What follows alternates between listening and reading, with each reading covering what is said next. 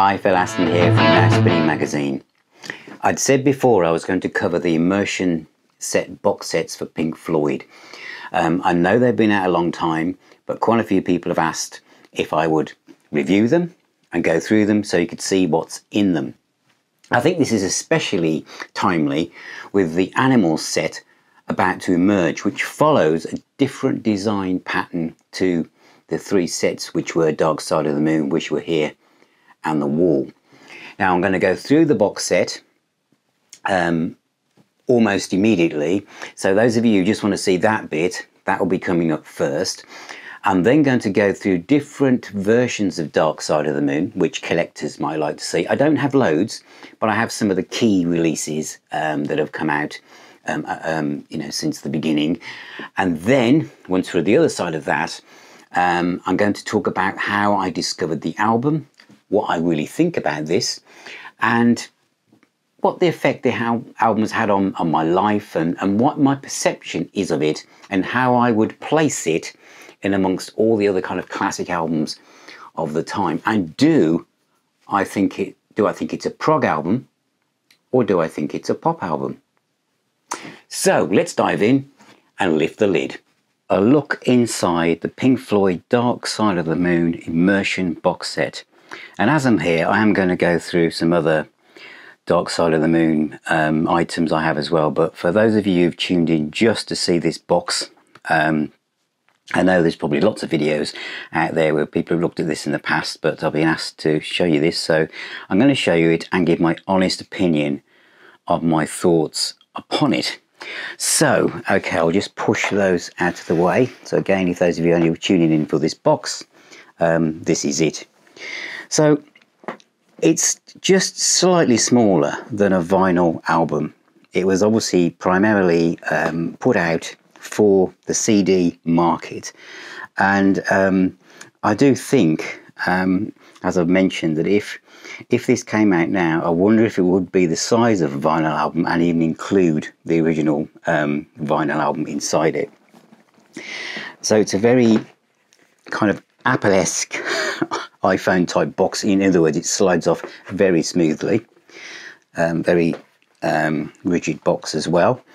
There's a piece of foam to protect it. Looks like a sound baffle. And then you've got, this was taped to the back of it.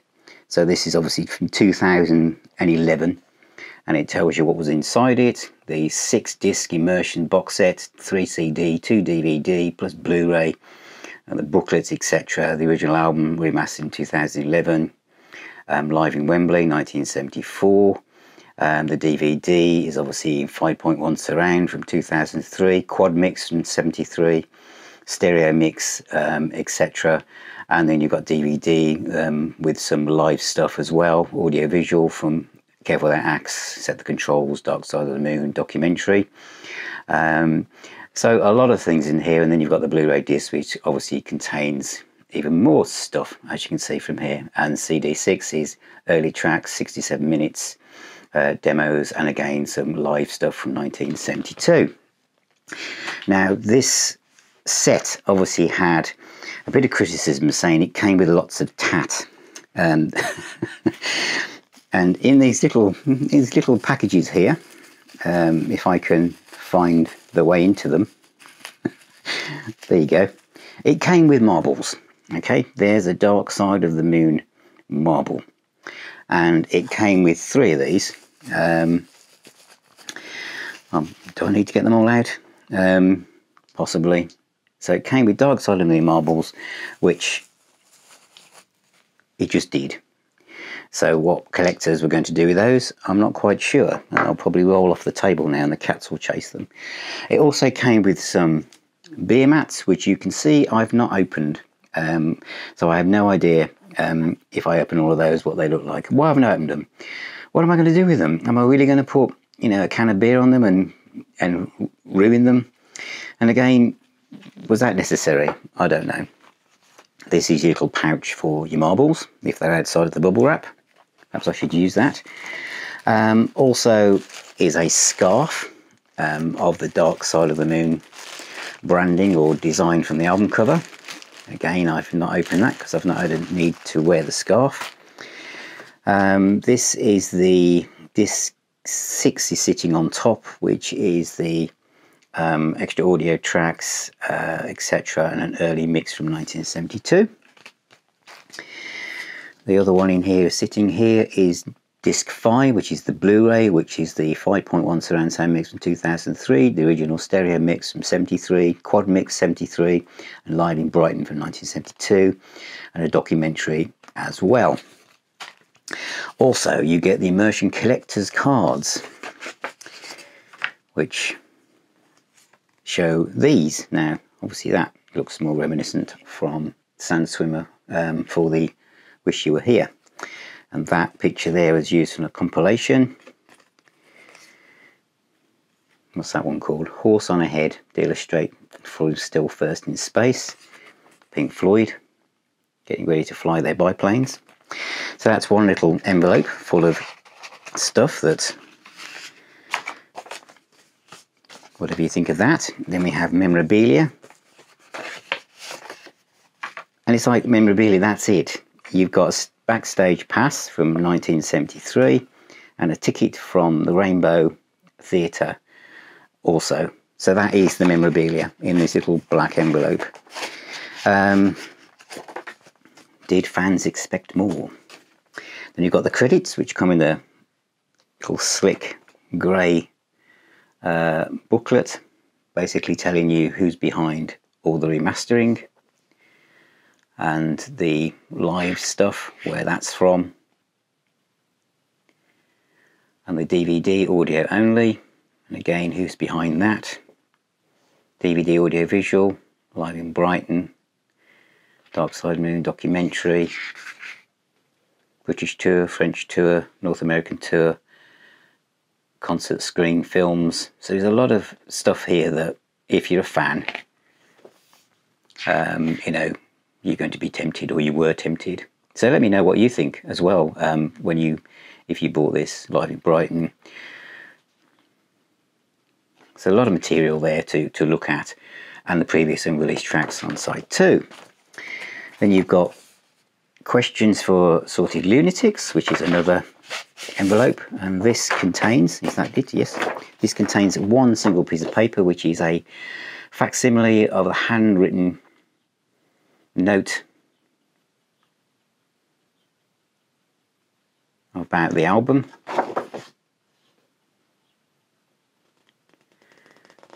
Presume that's Roger. And then you've got a print, Dark Side of the Moon.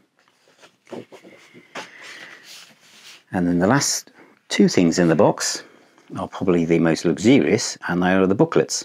So this is the first one, which says Dark Side of the Moon. So if I move that into shot, this has got all the lyrics to each song. Us and Them, Brain Damage, goes through the whole album. And then you've got more artwork from the period. And you've also got lots of people who are obviously uber fans of Dark Side and Pink Floyd, showing off their Vans, their trousers, their mugs, cafe signs, and how iconic the design became, and the fact how long it stayed in the charts for. In fact, it's still there. Some photos there that from the original poster in Dark Side of the Moon, memorabilia. This is the stuff I like. And then looking back at the album, which is great, and more designs that have been used over the years. So Storm Studios. So that's that booklet. And then the last one is from the tour. I'll have to just open out. So this is live photos, or photos behind the scenes of the band on the Dark Side, the original Dark Side of the Moon tour, with lots of great shots. And I thought that was really good touch. And underneath it all are the rest of the discs. So the 4 discs have got a little home for them to go into, whereas the other 2 kind of float separately. So that's the whole set. that you can get with the Immersion Dark Side of the Moon set. So I'm just going to move that out of the way and let the marbles fall all over the place. Like the cookery program, this one I prepared earlier. So that's the Immersion set, which is disappearing very, very quickly. When I picked it up, which is actually a few years after release, I did get it for about 50 quid, but the price varies a great deal. Also, for Dark Side of the Moon archaeologists, there is the 20th anniversary edition, which is quite hard to find in a very good condition. Now, this is actually my original, so it just shows how kind of like it's got a bit biffed just from owning it. And this was quite a posh CD back in the day. When did this come out? Can we even see? 1992. You know, the CD there with the kind of this pattern on it was quite posh. Quite an elaborate booklet. Again, the lyrics, live photos, and very similar design to what you've seen in the Immersion set all those years later. But I suppose it would be with the same people involved. So this is the 1992 remaster, which also came with some art cards. I think it was about 15 quid at the time, I think. That was that. What else did I buy? I also bought this, which was the SACD surround sound version, which is obviously this surround sound version from 2003 is available in the Immersion set, but this was the SACD version, which came again in a very glossy booklet, and it was the first one that actually showed you the original poster and sticker. And that's, you know, it would have been nice to have those original posters and stickers in the Immersion set for those of us music fans who put them on our bedroom walls at the time, because we didn't think we'd be looking back at them decades later. And that's more like the original gatefold as well. So that was that, and the only other thing I have is the original 2011 remaster, which I think is the most common CD one now to find. And again, that shows you the original pyramid poster in a sleeve, but everything else is roughly the same. And the only other piece of material I would suggest to look for, if you want to, but again most of this is in the Immersion set, is the DVD showing you the making of the album as well. My original vinyl has no posters in it because, as I've just mentioned, I put them on my bedroom wall, and when I took them down they were wrecked because I didn't think along those lines. It never crossed my mind this was important. It just never did. Of course now it is, and that's Dark Side of the Moon. So that's a look inside the box, and for those of you who hung around, a chance for you to also to look at some of the other versions and stuff that you can pick up from Discogs or eBay should you wish. What do I think about it? Is it worth it? I think it is. I paid about £55 for it, I think, and I think you can still get it for a reasonable price, and there's enough audio and enough audio variants and live stuff to make it worth it. What do I think about the stuff? The marbles, I don't understand why they're there. The scarf, I don't understand why that's there, because you're not going to wear it, and the marbles, what are you going to do with them? What could they put in there instead? Well, I might say I wish they would have put the original posters from Dark Side of the Moon in, because obviously on mine I stuck them on the bedroom wall when I was a kid and they got wrecked. But you could say, well, why don't I just buy another vinyl copy, because the posters are in there plus the stickers. So it's fair enough. If it came out now, what would they do? If they came out now, they'd probably put a replica vinyl single in for money, perhaps from a overseas market, or they might have put the cassette inside, or they might have extended it to be the size of a record so that the vinyl copy was in there as well, or a vinyl version of the live stuff from the 72 perhaps would have been pressed on vinyl. So that's what they would have done. So how did I get involved with this album being a youngster? How did it end up being on the wall of my bedroom all those years ago? Right, so let's get inside the time machine And we're going to go back to 1973. Could be 74 for me, because in 73 I would only be 14. And my record buying powers was still very much on cassettes, really.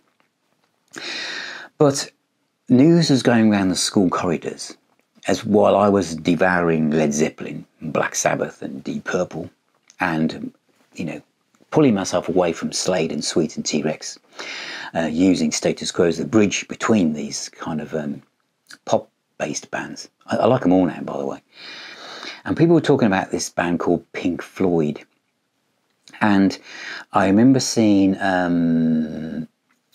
what was it, from Metal, one of these days on the Old Wilson test. It was a cartoon, wasn't it? And that was Pink Floyd, this mysterious band called Pink Floyd. And people started talking about, oh, Pink Floyd, it will really test your system out. It's like the best stereo album of all time. Now, remember, this is 1973, 74. Dads had Dynatron music centres, which were giant pieces of oak furniture, wood furniture, and so it looked like a sideboard, and inside it was a record deck with speakers about that far apart, and usually a radio or something like that, and somewhere to put your collection of about 30 records, because in those days people had about 30 records. You know, that's what parents did. And so when you say about your system, and then most kids had like a one speaker system or a cassette player, so testing your system out was like, it's not like now when you spend thousands on hi-fi, and in those days someone says you could spend thousands on hi-fi back then. Trust me, most mothers, most wives from the 70s, you know, everything looked like a piece of furniture, and if it didn't come in the house. Even TVs had doors on the front. Okay. But nevertheless, it was an interesting album. So I think I was off school with some ailment or something, and my mum and dad wanted to cheer me up, so they said, "Do you want to buy a record or something?" So I said, "Oh yeah, get Pink Floyd, Dark Side of the Moon." So this arrived, and I did enjoy it, but it wasn't obviously Sabbath Bloody Sabbath, which is where my head was. But over the years, the album has resonated on a level where it's taken on a life of its own. I mean, my favourite version, which is in the box set on a DVD, was the S8CD, the 5.1 mix, which is, as I say, is in here. But this now, when you listen to it, because this is the other thing about this album, people see it as like being the king of prog, or the king of prog. You know, it's like one of the best prog albums of all time. I don't actually think it's a prog album. It's not like there's not tons of virtuoso on this, or extended workouts and time changes. In a way, it's a collection of pop songs. That's how I see it. I see it as a collection of pop songs. Obviously, there's some, you know, you've got like things like On the Run, which is way ahead of its time with the, you know, the use of the synthesizers and all that kind of stuff, and stereo going backwards and forwards, which is why it sounds so great, and surround sound. But things like Time, you know, the lyrics, you know, every year is getting shorter, never seem to find the time, plans that either one come to naught, or half a page of scribbled lines, hanging on quiet desperation is the English way, the time is gone, the song is over, thought I had something more to say. These are timeless songs. And, you know, and Breathe, you know, is a great, the whole idea of that life passing you by and not following your dreams, it's just there. And Money, of course, funky song, but it's not prog, is it? Us and Them, beautiful. Brain Damage, Eclipse, you know, Any Colour You Like, and of course The Great Gig in the Sky, a song with lyrics but with no words, with vocals but with no words, that captures that angst of whatever's going on there. That was the song I played the most, I think, because it captured how I felt sometimes when I couldn't put into words what it was like being a teenager. And, you know, The Great Gig in the Sky, you know, did that for me, really. So as I look at it now and I can play it, and for those of you who thought, oh, Pink Floyd, I never went there, you know, you never went there. If you approach it as a pop album, And I think Stephen Wilson said on a YouTube channel, he described it as a pop album. I think it is. It's immaculately produced. And there's just so much going on in it. The imagination these guys had, and they were very young, you know, and the production, etc. Alan Parsons was engineer, wasn't he? But you know, produced between June '72 and January '73. You can see why it sits up there. And is it beyond criticism? No, nothing's beyond criticism. But if you listen to it, you really realise just what a fantastic piece of music it is. My posters and stickers have long gone. Of course, back in '73, I didn't think I'd be doing, you know, in 50 years' time, I'd be having something called YouTube and talking about something I had when I was 14, and people would want to know about it. I had no idea. But there again, I didn't have any idea I could go and buy another one. It would have the posters in it. After all these years, neither did Pink Floyd. So, Dark Side of the Moon, the immersion set. You don't need the marbles, you don't need the scarf, you don't really need the coasters because you're never going to use them. But musically, I feel it's worth it for all the extra live stuff and the demos and all the different variations. And hearing the original quad mix on the DVD, you know, for those few people that must have had 4 large floor standing speakers in their 70s living rooms to play that, you can now do it in your modern apartment. But so that's the immersion set for Dark Side of the Moon. So thank you for watching, thank you for being here, thank you for subscribing and encouraging me to do these. I really appreciate it and all your messages, and thank you for becoming patrons and supporting me even more, which helps me even more to do this. Keep spinning those records, please stay safe, and I shall see you on my next video.